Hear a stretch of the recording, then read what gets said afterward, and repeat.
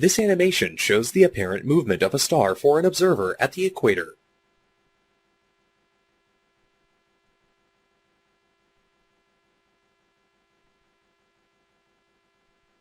As the star has a declination of 0 degrees, she will rise bearing east and set bearing west as shown in the animation.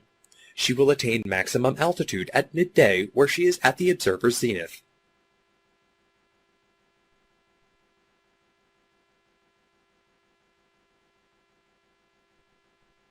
She is visible for 12 hours in a day, and not visible for the other 12 hours.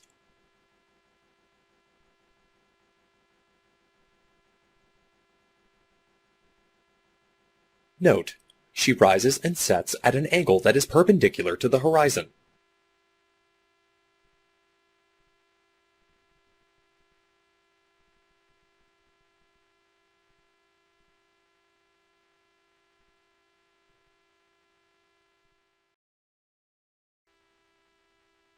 This animation shows a gyroscope with its axis vertical at the equator pointing to a star with a declination of 0 degrees.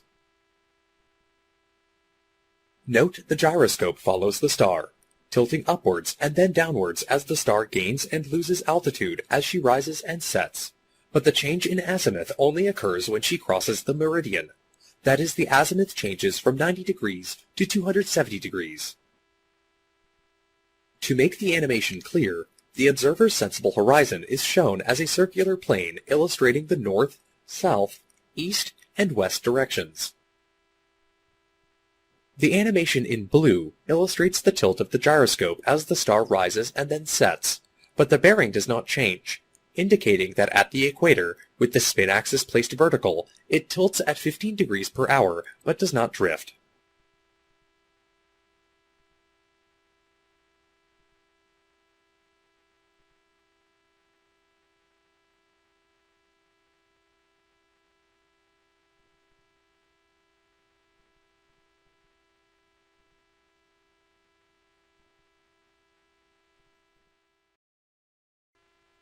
This graphic illustrates that when the spin axis is vertical at the equator, the rate of tilt is 15 degrees per hour.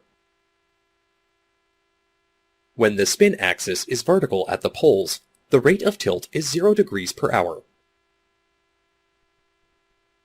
It is also shown earlier that if the spin axis is horizontal at the equator, the rate of tilt is 0 degrees per hour.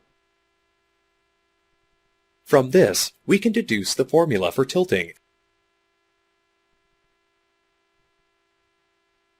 The formula for tilting is 15 degrees cosine latitude sine theta degrees per hour. In this regard, theta is 90 degrees when the axis is vertical or pointing east or west at the equator, and is 0 degrees when pointing north or south or is horizontal at the equator.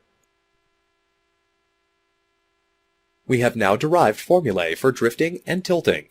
This drifting and tilting of the spin axis must be compensated for, controlling the gyroscope. The animation shows that the Earth rotates anti-clockwise when viewed from the North Pole at a rate of 15 degrees of longitude per hour.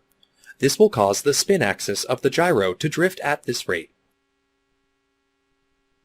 However, the rate at which the spin axis drifts varies as the sign of latitude. The formula of drifting is therefore 15 degrees sine latitude per hour of time, provided the spin axis is horizontal. This indicates that the drifting rate is maximum at the poles and 0 at the equator if the axis is horizontal. This animation illustrates that when the spin axis is horizontal at the equator, it does not tilt or drift.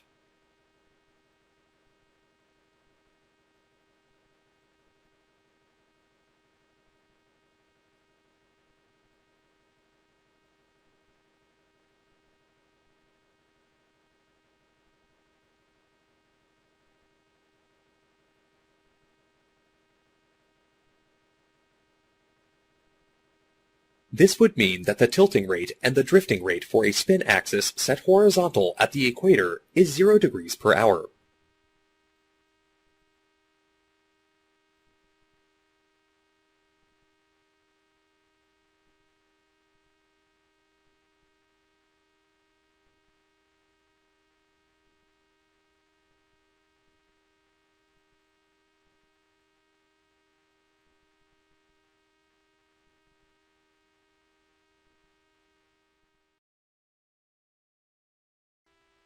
This animation illustrates that when the spin axis is placed vertical at the equator, the drifting rate is 0 degrees per hour, while the tilting rate is 15 degrees per hour, as shown in the animation.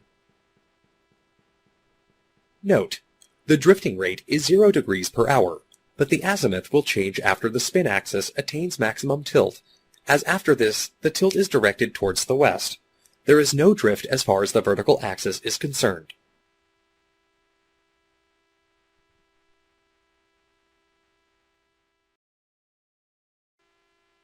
This animation illustrates precession for a top-heavy gyro compass, and it shows that the gyro compass's north end returns to the meridian if it drifts eastwards.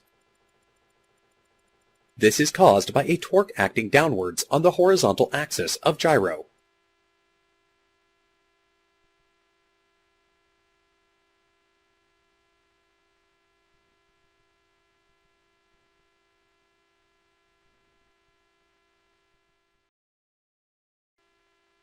This animation illustrates precession for a bottom-heavy gyro compass, and it shows that the gyro compass's north end returns to the meridian if it drifts eastwards. This is caused by a torque acting upwards on the horizontal axis of gyro.